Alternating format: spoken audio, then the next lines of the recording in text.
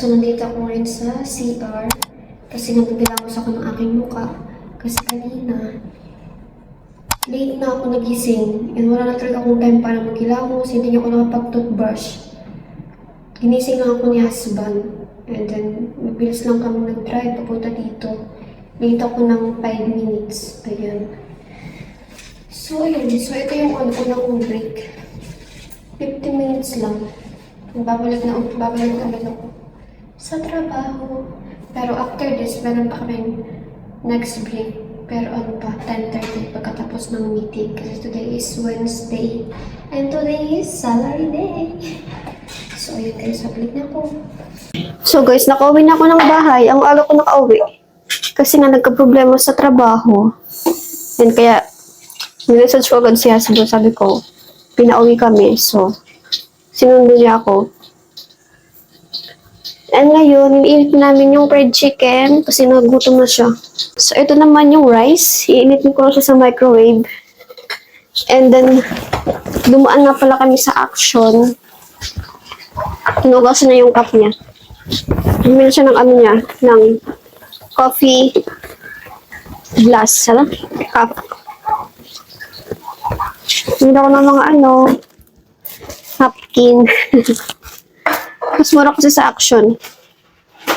Mga napkin dito, ang nipis. Tapos yung nakalagay pa naman is overnight. Tapos ang nipis. Bumili din ako ng medyas. Tag-isa kami ni husband. And then itong conditioner. Tapos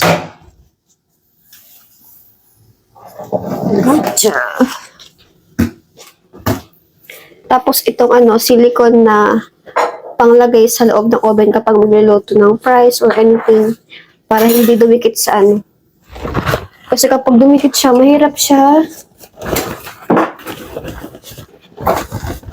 maninisan. Kahit ibabad mo siya, minsan matagal siya. Tapos itong panghugas ng kamay. It's already open. And then, itong orange, guys, ginawa ko po to sa work kasi nga every Wednesday, meron silang dinadala sa trabaho. This little coat, tappy, copy. Come here because I cannot see your face. You're so tall. Ito pala yung binili ko para sa atin. Hindi ko nagkakape pero gusto ko lang ng magandang cup. Kung inom ako ng soft drinks, salay ko dito. And bumili din si husband Fanta. At saka, you see my love, this one is open. Now it's on the tools. Ito, binili niya to kasi nga, ayusin niya yung table sa loob. Kasi yung screw, natanggal. You see? Get me a tissue. Because you did the liquid. Anong oras pa lang ngayon? Ano pa lang? Magti-12 noon. So, dapat talaga yung uwiin ko is 2:30. So, ngayon ang aga. Kumbaga, half day lang yung trabaho ko today. Hindi pa sure kung may trabaho ba kami bukas. Kasi nga, kapag hindi pa maayos yung problema, hindi pa rin makapasok sa trabaho. So, ayan. Tingnan nyo, magkakape siya. Tanghaling tapat, magkakape. Malaki ng baso niya, Tapos, ito yung fried chicken na iniinit ko.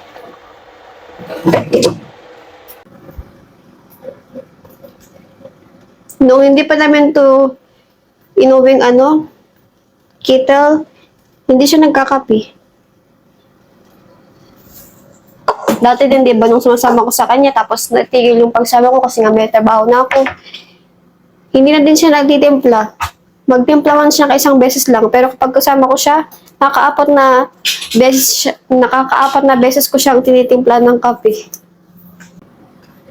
Diba yung kape niya, hindi yung same sa atin, yung powder. Sa kanya, talaga yung puro. Tapos, diba, natunaw na.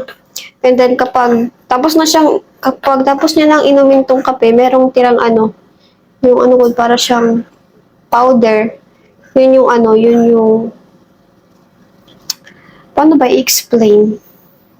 Basta kapag naubos niya na yung kape, may natitirang powder sa ibaba. Tapos yun, tatapon na. Parang kumbaga binabad lang yung kape sa ano, sa tubig. Alam niyo ba guys, yung kapitbahay namin, nagtatrabaho din pala siya sa ano, sa same company na pinagtatrabahuan ko. Kasi kagabi, ano, kaninang umaga, tawag nito, paglabas namin ng pinto, nakita ko yung isang lalaki. Naka-ano din, naka-same t-shirt din yung suot niya. Ha? I have interview today. Ah, they call you? Yeah, 2:30.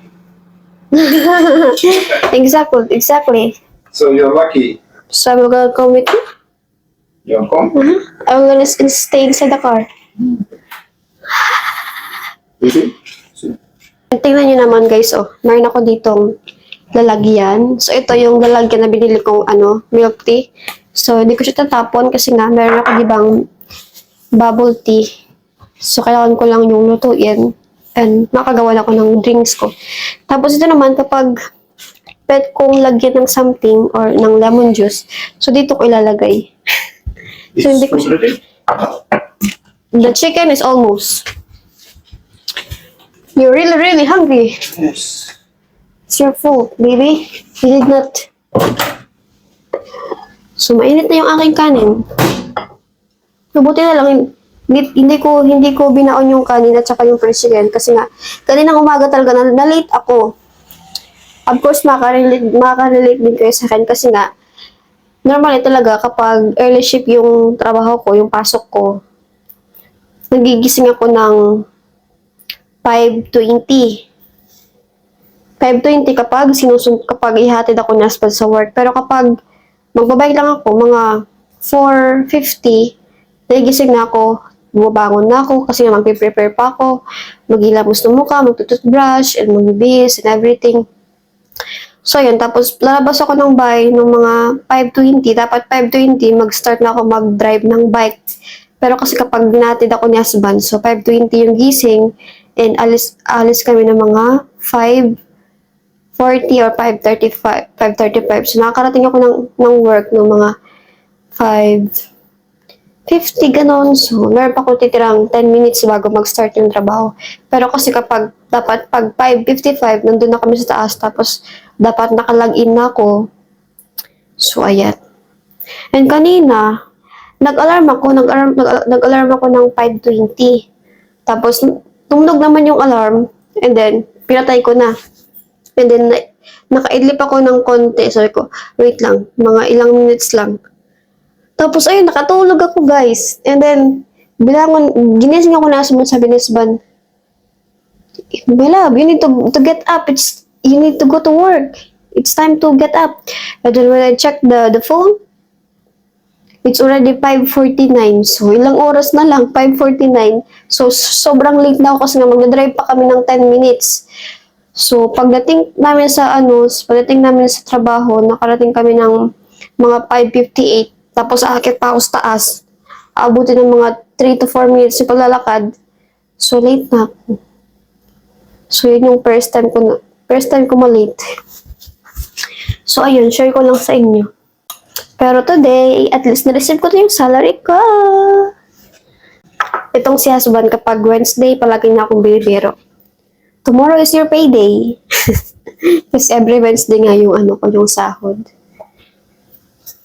So, ayan guys. Maluluto na din yung yung chicken. Ilalagay ko lang dito. So, luto na siya.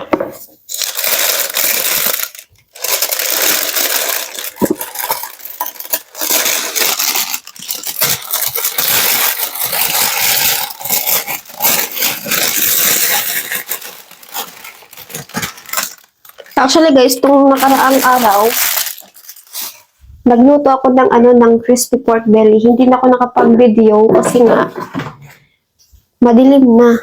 So ito yung manok, para siyang sunog pero hindi siya sunog guys. And mamaya merong appointment si husband kasi mapapagupit siya.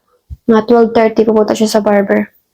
Kasi Nung pag-uwi namin, dumiretso na siya sa barber. Kaso, busy. So, pinapabalik siya ng 12:30. So, ayan. Kakain muna kami. So, ayan. Inaayos niya na. Andun pa yung flowers, oh.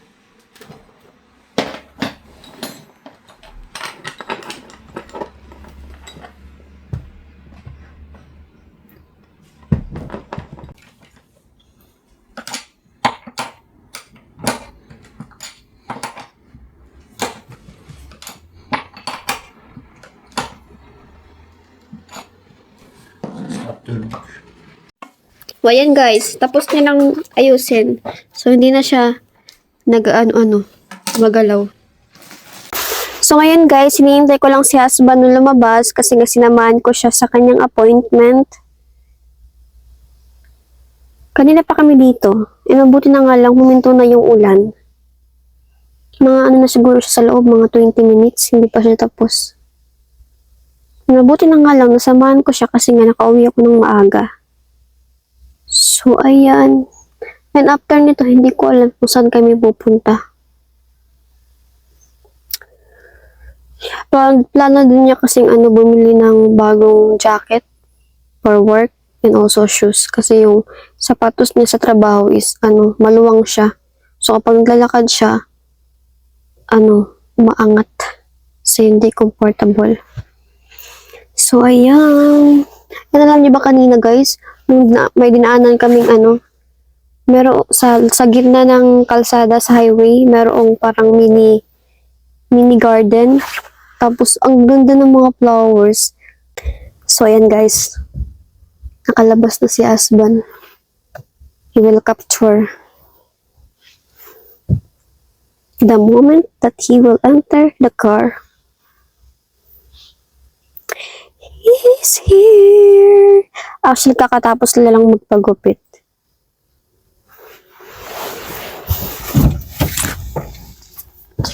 Hello! So? Oh, so good. So, Ayan guys, pupunta kami ng store. Titingin kami ng sapatos niya. So guys, nandito kami sa Blirik Centrum. sa Lyrics Centrum. Yes. My handsome baby. Actually, mas gwapo siya kapag wala siyang, beard. Pero kapag meron siyang beard, mukha siyang, old, tingnan. Pero kapag wala siyang beard, parang magkaedad lang kami. I told them, if you don't have beard, we're the same age. Then you look handsome. But if you have, you look old. They will gonna say again, I am 16 years old. Child abuse. Look guys, ang ganda ng tree. Look at that. Cherry blossom. Char. Dolly. Ah, here, where we buy the shoes here. Where? Here. Is this Yes. So, pupunta kami guys dito sa Polish store, bilihan ng sapatos. So, mag-aanap lang kami Maybe ng I can park here. parking. My love, it's What? allowed to park. So guys, bibili kami ng sapatos ni husband. Ngayon na lang namin gagawin kasi nga bukas is may busy na siya. So, dyan din ako bumili ng sapatos ko. Maganda kasi dyan, matibay siya. Tingnan niyo naman guys ang puno, oh. Ang ganda! Wait lang. Oh, diba? Mala Japan. Dyan ng sentro. Ngayon si husband. Magbabayad lang siya sa parking. Hindi nga kami sure kung pwede ba dito mag-park. Dito. Ano siya, nakabayad siya. So, dito namin ipapark yung sasakyan. It's not allowed anything over. So, dito. Papasok lang kami. Hello, good morning. Okay, turn off please the GPS and because it's So, ayan na. So, yan yung kukunin niya. Color red. So, ayan guys, nakabili na kami ng sapatos niya. 160 euro. So, ayan. Reebok. So, punta kami dito para mag-picture. You see guys, ang ganda.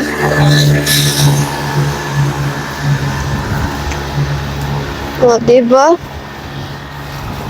Dito kami bumili ng sapatos, oh. I-promote ko na lang din. Kahit walang bayad, char. So, meron kaming pupuntahan pang isang store para bumili ng kanyang jacket. Medyo malamig na yun. So, yan guys, so dito nandito na kami ngayon sa sa Bauhaus. Do you really need this? No, that's okay. Yeah, just only. No, we need to go to your jacket first. Mahangin, oy.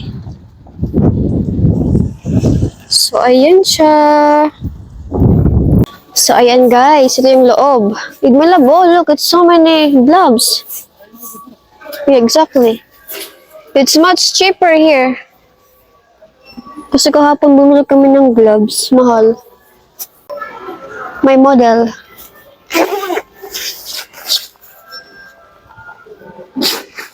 It's waterproof, I think. Ha? Waterproof? I hope so. Ang dami ditong jacket, oh.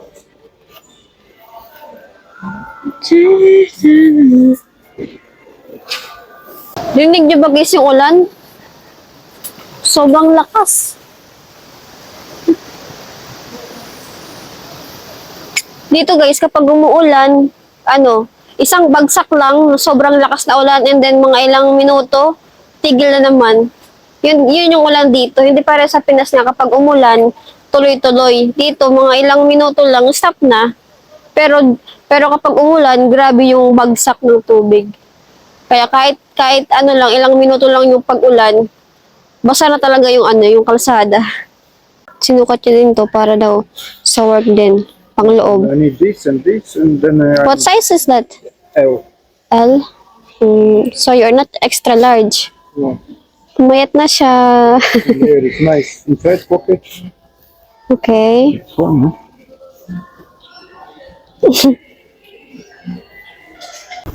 And then after nito guys, dadaan kami dun sa may bakery, yung pastry.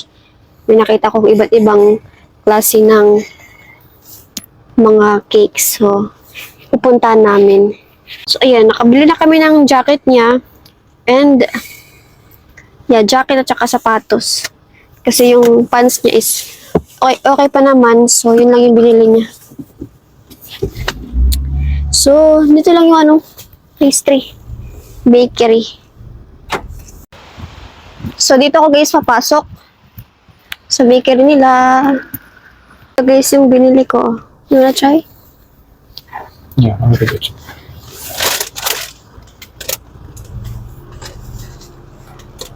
Actually, they have so many there. But it's gold. Gold bottom. Gold teeth.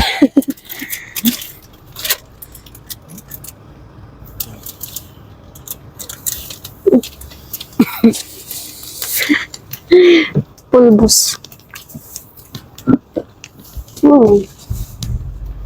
Marami, no? Naano siya dito sa sa powder. Masarap siya.